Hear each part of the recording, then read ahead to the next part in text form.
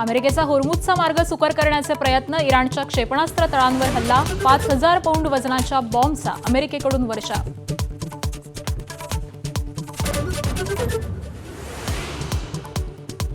इस्रायलच्या हल्ल्यामध्ये काल इराणचे 3 बडे नेते ठार. इस्रायलचा दावा, संरक्षण प्रमुख अली लारिजानी यांचा मुलगा ठार, तर लारिजानींच्या मृत्यूनंतर इराणचा इस्रायलवरती क्षेपणास्त्रांचा भडीमार. राज्यातील 5 जिल्हा परिषदांमध्ये अध्यक्ष उपाध्यक्षांची निवड. सोलापूर, संभाजीनगर, परभणी, सांगली आणि सातारा झेडपीत मवी आणि महायुतीमध्ये चुरस.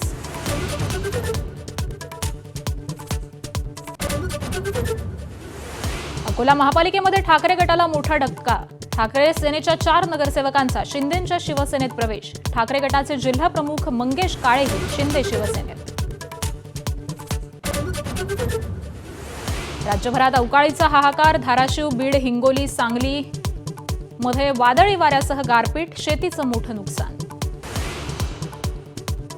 केदारनाथ, बद्रीनाथ मंदिरामध्ये दर्शनासाठी सनातन धर्मावरती श्रद्धा असणारं प्रतिज्ञापत्र द्यावं लागणार. मंदिर समितीच्या अध्यक्षांचा सारा अली खानचा उल्लेख करत माहिती. होर्मुझच्या सामुद्रधुनीतल्या इराणच्या क्षेपणास्त्र तळावरती अमेरिकेनं जोरदार मारा केलाय. या हल्ल्यामध्ये तब्बल 5,000 पौंडांच्या म्हणजेच 2,268 किलोंच्या बॉम्बचा मारा केलेला आहे. क्षेपणास्त्र तळांवरती जमिनीखाली इराणचे अनेक बंकर्स होते. या बंकर्समध्ये इराणच्या अनेक अत्याधुनिक क्षेपणास्त्रांचा साठा केल्याची माहिती होती. त्यांना हानी पोहोचवण्याच्या उद्देशानं इराणनं बंकर बस्टर बॉम्बचा मारा करण्यात आलेला आहे. तर अमेरिकन लष्करानंच ही माहिती जारी केली आहे. हा बॉम्ब अतिशय खर्चिक आहे. एका बॉम्बची किंमत ही काही लाख डॉलर्स आहे. असं एकाहून अधिक बॉम्ब होर्मुझच्या सामुद्रधुनीतल्या क्षेपणास्त्र तळांवरती डागण्यामध्ये आलेले आहेत. या बॉम्बमुळे इराणच्या क्षेपणास्त्र साठ्याला मोठा धक्का बसल्याचंही मानलं जात आहे.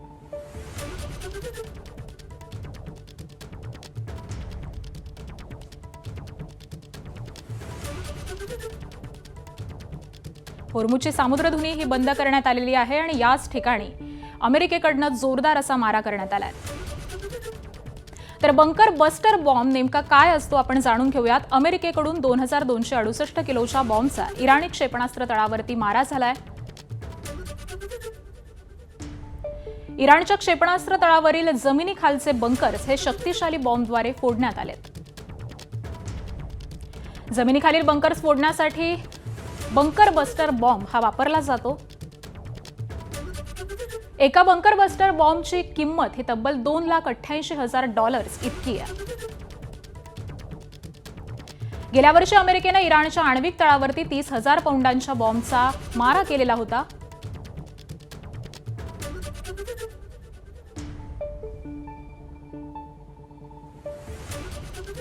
आणि यानंतर आता होर्मुझच्या सामुद्रधुनीमध्ये देखील याच बॉम्बचा मारा हा करण्यात येतोय. बंकर बस्टर बॉम्ब असं याला संबोधलं जातं आणि याचाच अमेरिकेकडून सध्या जोरदार असा मारा करण्यात येतोय. या बॉम्बमुळे इराणच्या क्षेपणास्त्र साठ्याला एक मोठा धक्का बसल्याचं देखील मानलं जात आहे. होर्मुझची सामुद्रधुनी ही गेल्या काही दिवसांपासून बंद आहे आणि होर्मुझच्या सामुद्रधुनीतल्या क्षेपणास्त्र तळावरती आता अमेरिकेकडून हा बॉम्ब वर्षाव सध्या केला जातोय. एका बॉम्बची किंमत ही काही लाख डॉलर्स इतकी आहे आणि त्यामुळे एकाहून अधिक बॉम्ब हे होर्मुझच्या सामुद्रधुनीतल्या क्षेपणास्त्र तळावरती डागण्यात आलेले आहेत. त्यामुळे अमेरिकेकडून अशा पद्धतीनं खर्चिक अशा या बॉम्बचा सध्या वापर केला जातोय. सातत्यानं दोन्ही देशांकडून हे हल्ले प्रतिहल्ले सुरूच आहेत. अमेरिकन लष्करानं सगळी माहिती जारी केलेली आहे की होर्मुझच्या सामुद्रधुनीमध्ये अशा पद्धतीनं हा बॉम्ब वर्षाव केला आहे आणि यामध्ये इराणचं मोठ्या प्रमाणावरती नुकसान देखील झालेलं आहे. होर्मुझच्या सामुद्रधुनीतल्या इराणच्या क्षेपणास्त्र तळावरती अमेरिकेनं हा जोरदार असा हल्ला केलाय आणि या हल्ल्यामध्ये साधारणपणे 2,268 किलोच्या बॉम्बचा मारा करण्यात आलेला आहे. अतिशय वजन असणारा असा हा बॉम्ब आहे. क्षेपणास्त्र तळावरती जमिनीखाली इराणचे अनेक बंकर्स आहेत आणि या बंकर्सवरतीच हा हल्ला करण्यात आलेला आहे. हानी पोहोचवण्याच्या उद्देशानं इराणनं बंकर बस्टर बॉम्बचा हा सगळा मारा केलेला आहे आणि त्यामुळे इराणला मोठ्या प्रमाणावरती हानी पोहोचलेली आहे असा देखील दावा अमेरिकेनं सध्या केलेला आहे.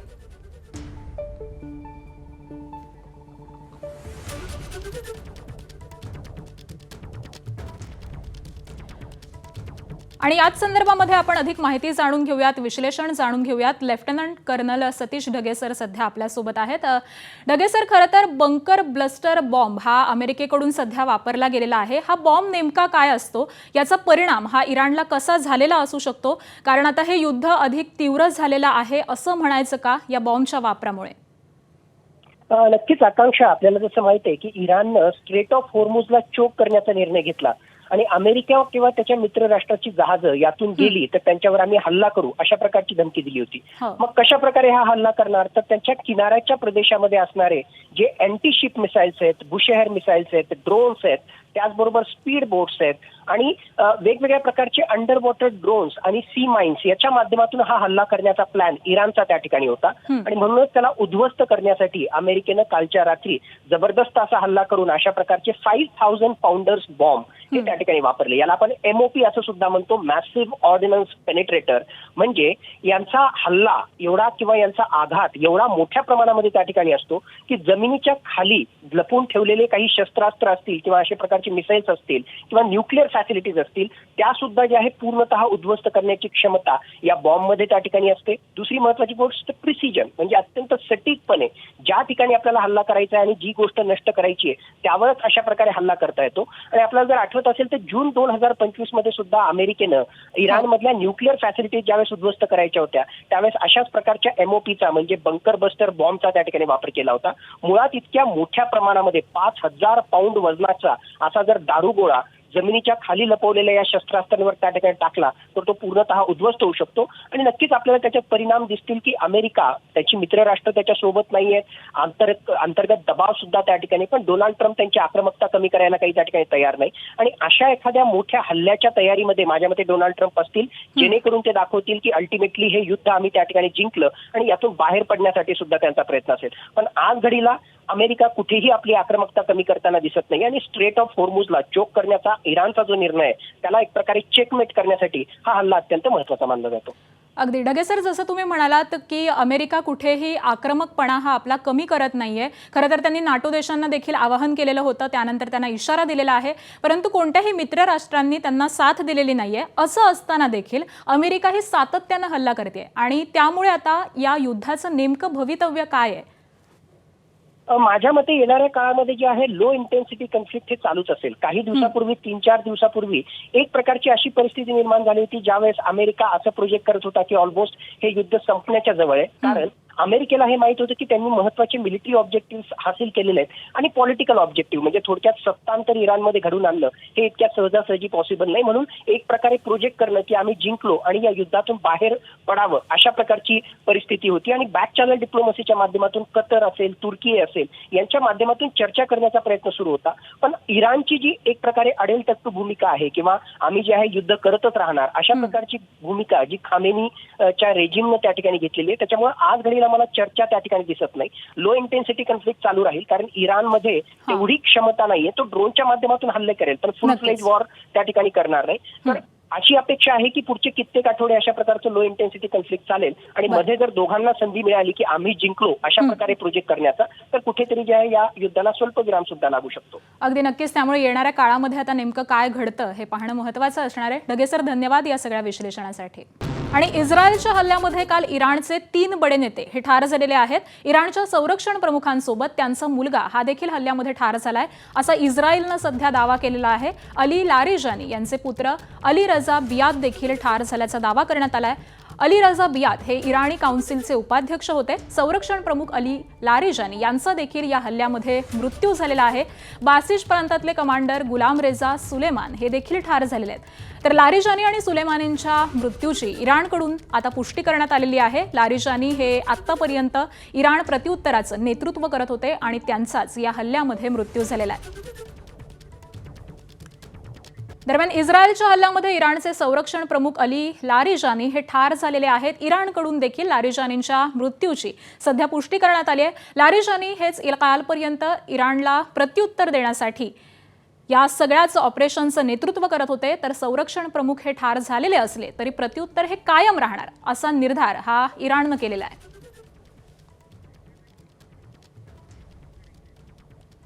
आणि दरम्यान इराणचे संरक्षण प्रमुख अली लारिजानी यांच्या पाठोपाठच त्यांचा मुलगा देखील मारला गेल्याचा दावा सध्या करण्यात येतोय। लारिजानींचा मुलगा अली रजा बियात याचा देखील मृत्यू झाल्याचा दावा हा इस्रायलने केलेला आहे। अली रजा बियात इराण काउन्सिलसाठीचे उपाध्यक्ष होते आणि त्यांचा देखील या हल्ल्यामध्ये मृत्यू झालाय।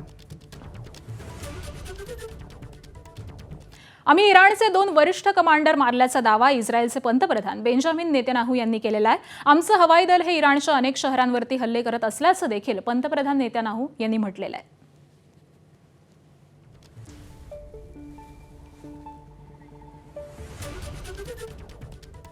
आणि इस्रायलचे इराणच्या लष्करी तळांसोबतच नेत्यांवरती देखील आता हल्ले सुरू झालेले आहेत। इस्रायलचे पंतप्रधान नेतन्याहू यांनी नेत्यांना लक्ष्य करण्याचे आदेश देखील दिलेले आहेत। नेतन्याहूंच्या आदेशानंतर काल इराणी संरक्षण प्रमुखांवरती हल्ला करण्यात आलेला होता। त्याबरोबरच लेबनॉनमधल्या हिजबुल्लाहच्या नेत्यांना देखील ठार करण्याचे आदेश हे नेतन्याहूंकडून देण्यात आलेत। तर इस्रायल आणि अमेरिकेनं इराणच्या लष्करी तळांवरती भीषण हवाई हल्ला केलेला आहे। या संयुक्त कारवाईमध्ये इराणच्या बसिश या दलाचं अतोनात नुकसान झालंय। अंदाजे 300 सैनिक आणि अनेक वरिष्ठ कमांडर हे ठार झाल्याची प्राथमिक माहिती हे सध्या समोर येते। आणि इराणचे इस्रायलवरती हल्ले हे सुरूच आहेत। इस्रायलवरती इराणनं क्षेपणास्त्र हल्ला केलाय। राजधानी तेल अवीववरती इराणनं क्षेपणास्त्र डागलेले आहेत आणि त्यामुळे इमारतींचं देखील या ठिकाणी मोठ्या प्रमाणामध्ये नुकसान झालंय।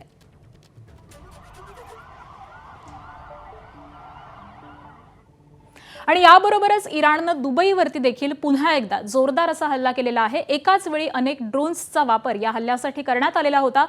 UAEच्या एअर डिफेन्स सिस्टीमनं ड्रोन्सचा मार्ग हा रोखला आणि त्यानंतर ड्रोन्सना हवेमध्येच रोखल्यावरती या भागामध्ये स्फोटांचे आवाज हे देखील ऐकू आलेले आहेत।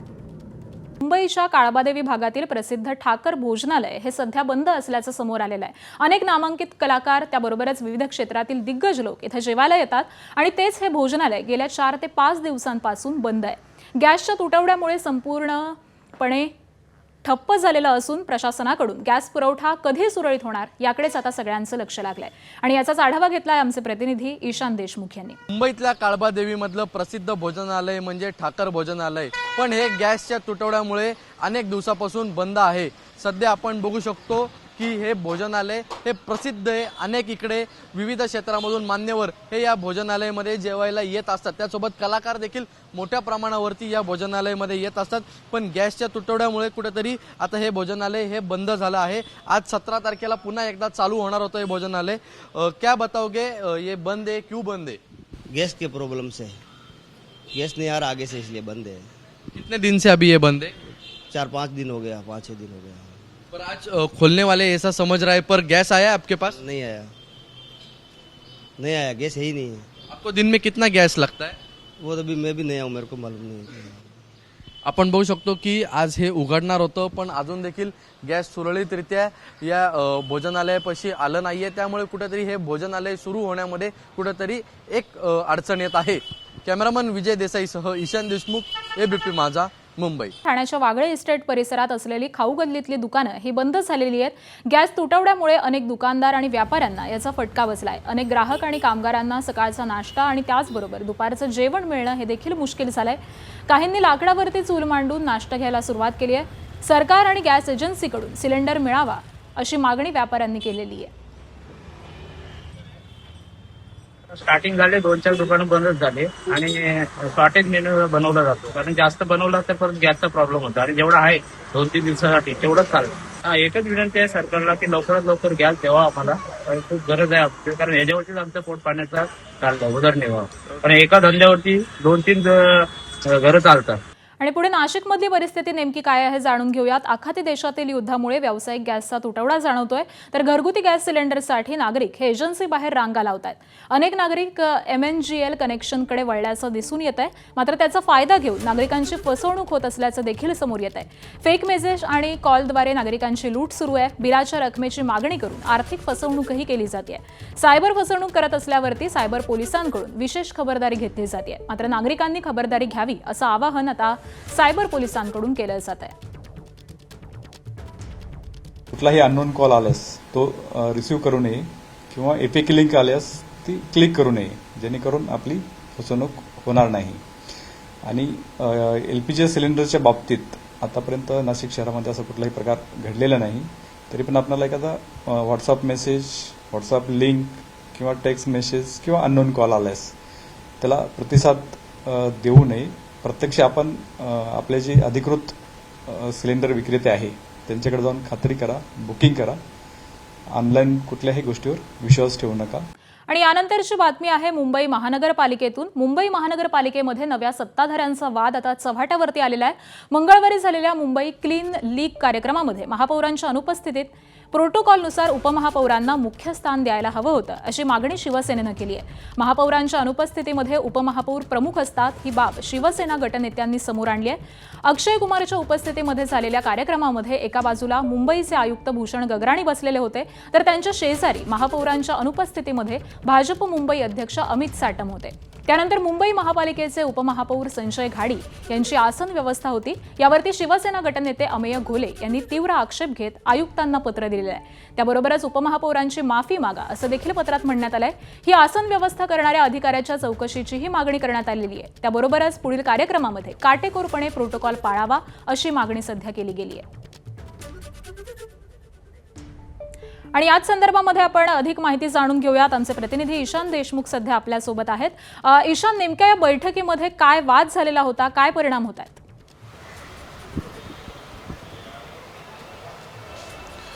आकांक्षा, नक्कीच काल एक महत्त्वाचा कार्यक्रम हा मुंबई महानगरपालिकेमध्ये पार पडला.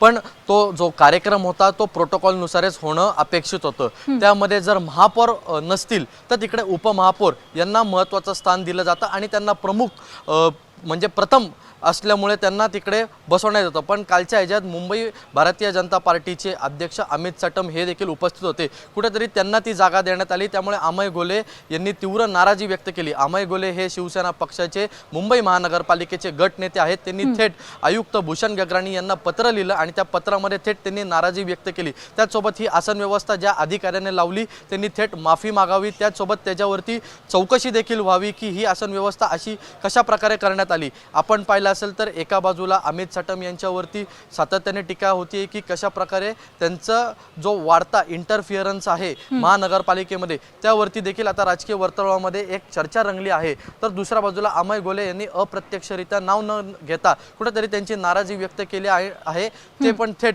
आयुक्त भूषण गगराणी यांच्याकडे. त्यामुळे आता आयुक्त भूषण गगराणी नेमकं काय निर्णय घेतात, काल जो प्रकार येणाऱ्या काळामध्ये आयुक्त नेमका काय निर्णय घेतात हे पाहणं महत्त्वाचं असणार आहे. धन्यवाद ईशान या सविस्तर माहितीसाठी.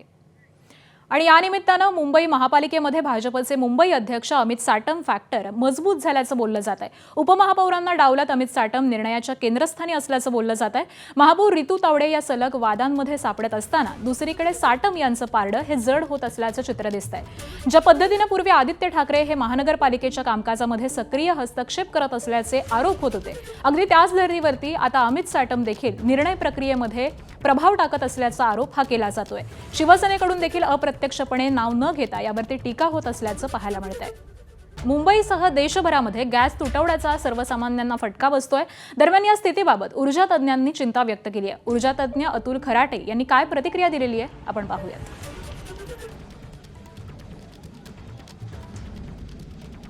LPG जो सगळ्यांच्या दैनंदिन जीवनातला अतिशय महत्त्वाचा भाग आहे तो 60 ते 62% आपल्याला इम्पोर्ट करावा लागतो.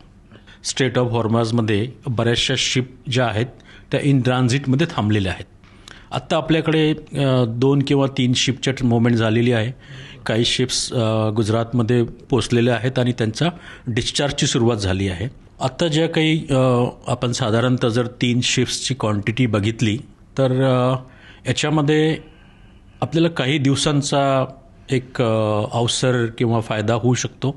तेवढ्या कॅपॅसिटी आपण मॅनेज करू शकतो, पण ती काही खूप जास्ती दिवसांची होणार नाही. साधारणतः 1-2 दिवस किंवा 3 दिवस असं आपण पकडून सुरू. LPG कस्टमर्सची आता संख्या 32 कोटीच्या वर गेलेली आहे. त्याला पर्याय म्हणून पाईप नॅचरल गॅस आहे. त्याच्याकरता लागणारा नॅचरल गॅसची स्टोरेज अरेंजमेंट आपल्याला विविध पोर्ट लोकेशनला करावी लागेल. त्याच्याकरता इन्फ्रास्ट्रक्चर बऱ्याच प्रमाणात उपलब्ध आहे, पण तिथे पण वाढवण्याची आवश्यकता आहे. सॉलिड वेस्ट आहे हा साधारणतः 700 मिलियन मेट्रिक टन एवढ्या क्वांटिटीमध्ये अवेलेबल आहे आणि त्याच्यामधून आपण साधारणतः 60 ते 65 million metric ton gas produce करू शकतो. पण या गोष्टींना कुठेतरी सेंट्रल गव्हर्नमेंट आणि स्टेट गव्हर्नमेंटनी एकत्र येऊन चांगल्या पॉलिसी आणि धोरणांची अंमलबजावणी करून थोडासा गती वाढवण्याची आवश्यकता आहे.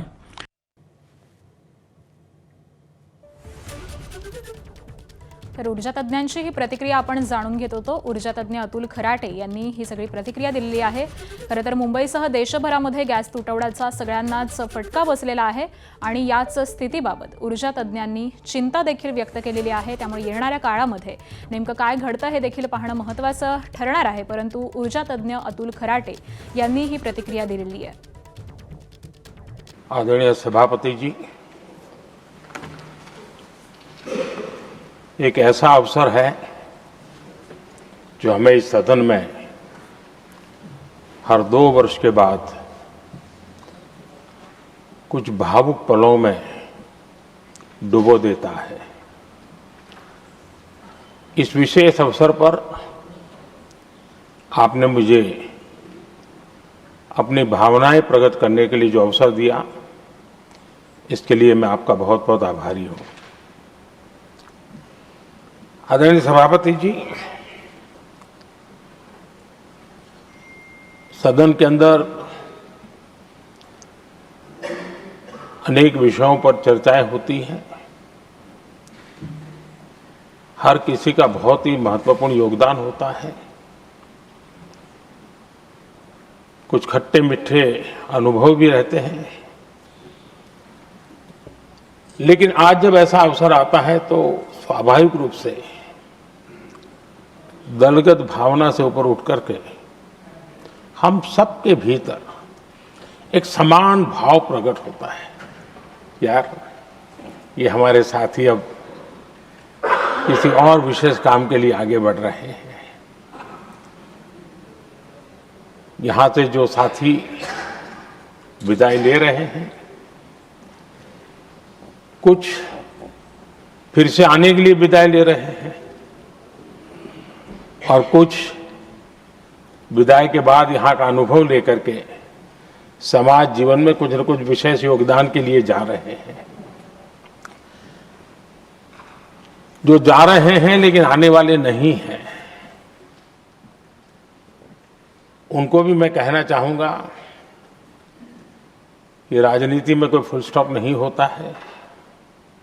भविष्य आपका भी इंतजार कर रहा है और आपका अनुभव, आपका योगदान राष्ट्र जीवन में हमेशा हमेशा बना रहेगा. आदरणीय सभापति जी, इस सदन में जो भी सदस्य माननीय हमारे विदाई ले रहे हैं,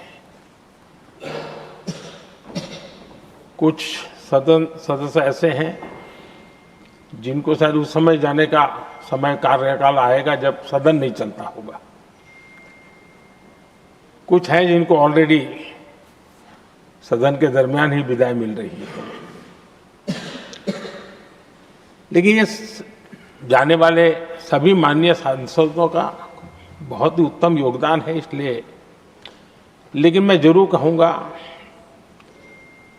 आदरणीय देवगौड़ा जी, आदरणीय खड़गे जी, आदरणीय शरद पवार जी, ये ऐसे वरिष्ठ लोग हैं जिनके जीवन का आधे से अधिक उम्र संसदीय कार्य प्रणाली में गई है और इतने लंबे अनुभव के बाद भी सभी नए सांसदों ने सीखना चाहिए वैसे समर्पित भाव से सदन में आना,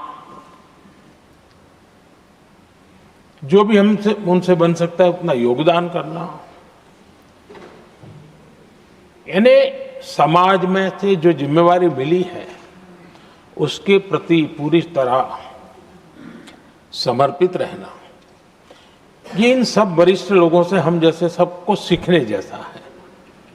और मैं उनके योगदान की भूरी भूरी सराहना करूंगा, क्योंकि इतना लंबा कार्यकाल छोटा नहीं होता है, बहुत महत्वपूर्ण है.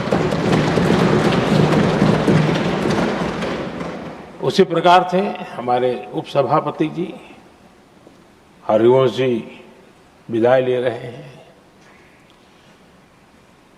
हरिवंश जी को लंबे समय तक इस सदन में अपनी जिम्मेवारी निभाने का अवसर मिला है। बहुत ही मृदुभाषी, सदन को चलाने में सबका विश्वास जीतने का निरंतर जिन्होंने प्रयास किया, और मैंने देखा है कि संकट के समय ज्यादातर उपसभापति के ही जिम्मे आ जाता है कि भाई आप संभाल लेना जरा, तो उनको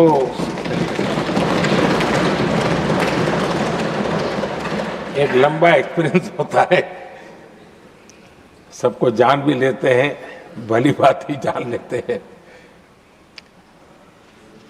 लेकिन उनका भी योगदान, और जब भी, और मैंने देखा कि जब सदन का समय नहीं होता है तो देश के कोने में कहीं न कहीं वो यूथ के साथ मिलना जुलना, देश की परिस्थितियों के संबंध में उनको अवगत कराना,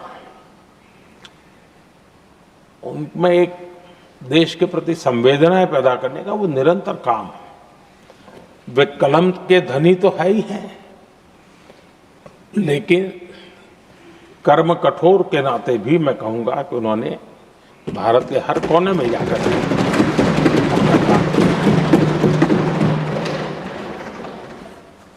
आदरणीय सभापति जी, कभी कभी किसी समय हम सुनते थे कि सदन में बहुत ही हास्य विनोद व्यंग्य का अवसर मिलता रहता है। इन दिनों शायद धीरे धीरे कम होता जा रहा है, क्योंकि 24/7 मीडिया की दुनिया ऐसी है कि हर कोई कॉन्शियस रहता है। लेकिन हमारे आठवले जी हैं जी, सदाबहार है।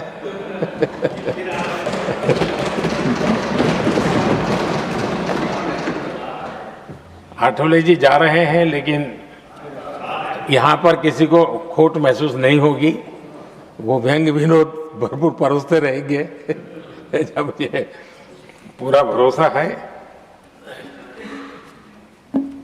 आदरणीय सभापति जी, सदन में से हर 2 साल के अंतराल के बाद एक बड़ा समूह हमारे बीच से जाता है, लेकिन ये ऐसी व्यवस्था है कि जो नया समूह आता है उनको बाकी जो लंबे समय से 4 साल से बैठे हुए साथी हैं, अनुभव है, नए लोगों को तुरंत उनसे कुछ न कुछ सीखने का अवसर मिलता है। और इसलिए एक प्रकार से यहाँ की जो विरासत है वो कंटिन्यू प्रोसेस हमेशा रहती है। ये बहुत बड़ा लाभ होता है। मुझे पक्का विश्वास है कि जिनको इस बार जाना नहीं है वो भी जो नए माननीय सांसद आएंगे उनको उनके अनुभव का लाभ मिलेगा और उनका योगदान भी सदन को और समृद्ध करेगा, ऐसा मेरा पूरा विश्वास है। आदरणीय सभापति जी, हम लोग जानते हैं कि जीवन में या सार्वजनिक जीवन में जब भी कोई महत्वपूर्ण निर्णय करना होता है तो परिवार के लोग बैठ करके मन बना लेते हैं कि ऐसा करना है, लेकिन फिर भी कहते हैं अरे ऐसा करो, उनसे जरा पूछ लीजिए, एक सेकंड ओपिनियन ले लीजिए किसी वरिष्ठ से। और घर में वरिष्ठ नहीं कहेंगे, मोहल्ले में देखो भाई वो काफी अनुभवी है, जरा उनसे पूछ ले पर उनका मन क्या करता है। अगर कोई बीमार है तो भी कहते हैं यार ऐसा करो भाई, एक और डॉक्टर से जरा ओपिनियन ले लो।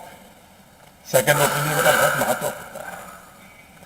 मैं समझता हूं हमारे संसदीय प्रणाली में नाशिकमधील बहुचर्चित अशोक खरात उर्फ कॅप्टन या भोंदूगिरी करणाऱ्या मांत्रिकाला क्राईम ब्रँच युनिटनं अटक केलेली आहे। या भोंदूबाबाला आज नाशिक जिल्हा न्यायालयामध्ये हजर केलं जाणार आहे। या मांत्रिकानं गुंगीचं औषध देऊन एका महिलेवरती बलात्कार केल्याप्रकरणी नाशिकच्या सरकारवाडा पोलीस ठाण्यामध्ये गुन्हा दाखल करण्यात आलेला होता।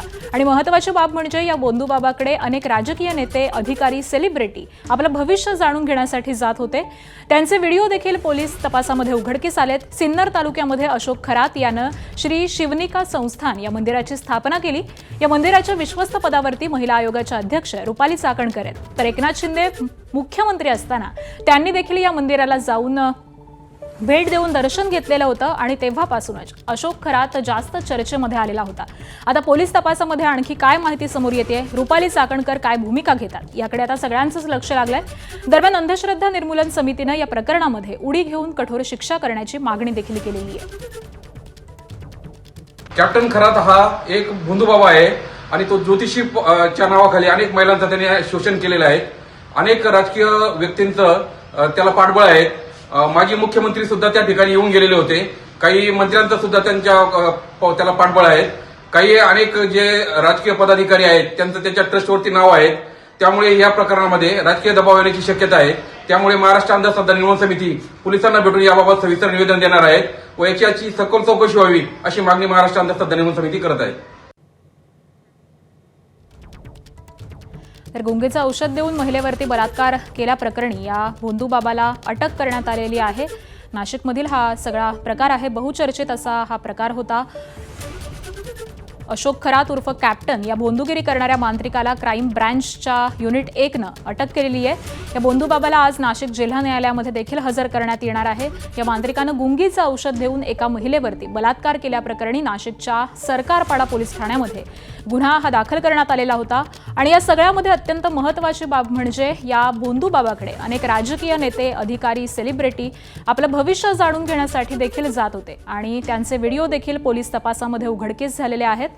सिन्नर तालुक्यामध्ये अशोक खरात यानं श्री शिवनिका संस्थान या मंदिराची स्थापना केलेली आहे। या मंदिराच्या विश्वस्त पदावरती महिला आयोगाच्या अध्यक्ष रुपाली चाकणकर आहेत आणि त्याबरोबरच एकनाथ शिंदे मुख्यमंत्री असताना त्यांनी देखील या मंदिराला जाऊन भेट देऊन दर्शन घेतलेलं होतं आणि तेव्हापासूनच अशोक खरात जास्त चर्चेमध्ये आलेला होता।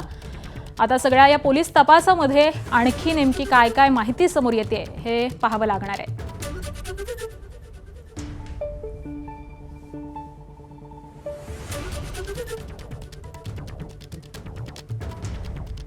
भाजप आमदार राजेश पवारांविरुद्ध गुन्हा दाखल करण्याचे आदेश देण्यात आले। चुलत भावाशी झालेल्या शेतीच्या वादावरून नायगावचे आमदार राजेश पवार आणि त्यांच्या पत्नी पूनम पवार यांच्या विरुद्ध गुन्हा दाखल करून तपास करावा असे आदेश नायगाव प्रथम वर्ग न्यायालयानं दिलेले आहेत। तर न्यायालयाच्या आदेशामुळे भाजप आमदार राजेश पवार हे अडचणीमध्ये आलेले आहेत। तर नेमकं हे प्रकरण काय आहे आपण ग्राफिक्सच्या माध्यमातून जाणून घेऊयात। नायगाव तालुक्यामध्ये आलुवड गावमध्ये राजेश पवार कुटुंबाची जमीन आहे। आमदार राजेश पवार यांची आईकडून मिळालेली ही शेतजमीन आहे। शेतजमिनीला लागूनच चुलत भाऊ श्रीराम गोविंदराव पवारांची जमीन आहे। आमदार राजेश पवारांचे भाऊ श्रीराम पवार हे अपंग आहेत। 5 वर्षांपूर्वी श्रीराम पवारांकडून शेतीमध्ये बांबूची लागवड करण्यात आली। 24 जून 2023ला आमदार राजेश पवार, पूनम पवार आणि 8 जणांची श्रीराम पवारांना धमकी। तर श्रीराम पवारांची पोलीस स्टेशन, तहसीलदार, डीएसपी जिल्हाधिकाऱ्यांकडे तक्रार। श्रीराम पवार यांनी त्यानंतर तक्रार देखील दाखल केलेली होती। कुणाकडूनच न्याय न मिळाल्यामुळे श्रीराम पवारांनी नायगाव न्यायालयामध्ये धाव घेतली आणि न्यायालयाकडून श्रीराम पवारांसह पत्नीवरती गुन्हा दाखल करण्याचे आदेश हे आता देण्यात आलेत। आणि व्यावसायिक एलपीजी गॅस सिलेंडरच्या तुटवड्याच्या बातम्या येत असतानाच एक सकारात्मक बातमी आहे नागपूरमधून। प्रशासनानं आवश्यक असलेल्या ठिकाणी प्राधान्यानं एलपीजी गॅसचा पुरवठा केला जाईल असं जाहीर केलेलं आहे। आता हे प्रत्यक्षात येताना देखील दिसतंय। नागपूरच्या आमदार निवासातील कॅन्टीन सिलेंडरच्या कमतरतेमुळे बंद होण्याच्या मार्गावरती होतं। मात्र एबीपी माझानं रविवारी हे वृत्त दाखवल्यावरती यंत्रणाही कामाला लागल्या। आमदार निवासातील कॅन्टीनसाठी 10 व्यावसायिक गॅस सिलेंडरचा पुरवठा करण्यात आलेला आहे आणि त्यामुळे संपूर्ण विदर्भातून येऊन आमदार निवासामध्ये थांबणाऱ्या गोरगरीब सामान्य नागरिकांसाठी असलेलं कॅन्टीन हे पुढील काही दिवस अविरत सुरू राहील। व्यावसायिक LPG सिलेंडरच्या तुटवड्याच्या बातम्या सर्वीकडून येत आहेत, मात्र काही ठिकाणी आता सरकारकडून दिलासाही दिला जात आहे। जे आवश्यक ठिकाण आहे त्या ठिकाणी व्यावसायिक गॅस सिलेंडरचा पुरवठा जो आहे तो केला जात आहे। रविवारी ABP माझाने नागपूरच्या आमदार निवासामध्ये सिलेंडर मिळत नाही आणि त्यामुळे तिथली कॅन्टीन बंद होण्याच्या मार्गावर आहे अशी बातमी दाखवली होती आणि त्याच्यानंतर सरकारने आणि जे LPG कंपन्या आहेत त्यांच्याकडून आमदार निवासाच्या कॅन्टीनसाठी सिलेंडरचा पुरवठा जो आहे तो करण्यात आलेला आहे। जेवढी गरज आहे तेवढा पुरवठा होत नाही, मात्र प्राधान्याने पुरवठा जो है तो केला जाता है। कितने गैस सिलेंडर रविवार के बाद आप लोगों को मिले? 10 सिलेंडर। तो आप लोगों का काम अब उससे चल रहा है? अभी उससे फिलहाल काम चल रहा है, बस इतना हमारे को। नागपूरचा जो आमदार निवास आहे तो नागपूरमध्ये संपूर्ण विदर्भातून जे लोक वेगवेगळ्या प्रशासकीय कामासाठी येतात, सोबतच राजकीय जे कार्यकर्ते वेगवेगळ्या कामांसाठी नागपुरात येतात त्यांच्यासाठी राहण्याची हक्काची एक जागा आहे आणि या ठिकाणी कमी दरामध्ये राहण्याची सोय होते, कमी दरामध्ये नाश्ता आणि जेवण मिळतो। त्यामुळे ही जी कॅन्टीन आहे ते सामान्यांसाठी अत्यंत महत्त्वाची मानली जात होती आणि त्या ठिकाणी त्या कॅन्टीनमध्ये सिलेंडर बंद होऊन कॅन्टीन बंद होण्याची वेळ आली होती। मात्र आता LPG कंपन्यांनी प्राधान्याने आमदार निवासमधील कॅन्टीनसाठी 10 गॅस सिलेंडर्सचा पुरवठा केलेला आहे। कॅमेरामॅन अतुल हिरडेसह रजत वशिष्ठ, ABP माझा, नागपूर। बीडच्या केज तालुक्यातील गोपीनाथ मुंडे मागासवर्गीय सहकारी सूतगिरणीमध्ये फसवणुकीचा धक्कादायक प्रकार। केजच्या माजी आमदार संगीता ठोंबरे यांचे पती विजय प्रकाश ठोंबरे आणि लिपिकावरती गुन्हा दाखल। मुंबईच्या कुर्ल्यामध्ये तक्रार करणाऱ्या तरुणाला फेरीवाल्यांकडून मारहाण। भाजपचे नेते किरीट सोमय्या यांनी मारहाण झालेल्या अशोक गुप्ताची त्याच्या घरी जाऊन भेट घेतली। या प्रकरणी कडक कारवाईची सोमय्यांची मागणी आहे। ताबडतोब महापालिका आयुक्त आणि पोलीस आयुक्तांना सांगणार आहेत, महापालिकाचा वॉर्ड ऑफिसर आणि पोलीस अधिकारी दुर्दैवाने जे DCP आहेत पंडित हे पण ते फेरी माफियांची काळजी घेत आहेत, यांना दाब द्यावा। बीड शहरात 6 वर्षांच्या चिमुकलीवरती अत्याचाराचा प्रयत्न। आरोपीनं स्वतःच्या घराच्या छतावरती नेऊन मुलीवरती अतिप्रसंग करण्याचा प्रयत्न केला।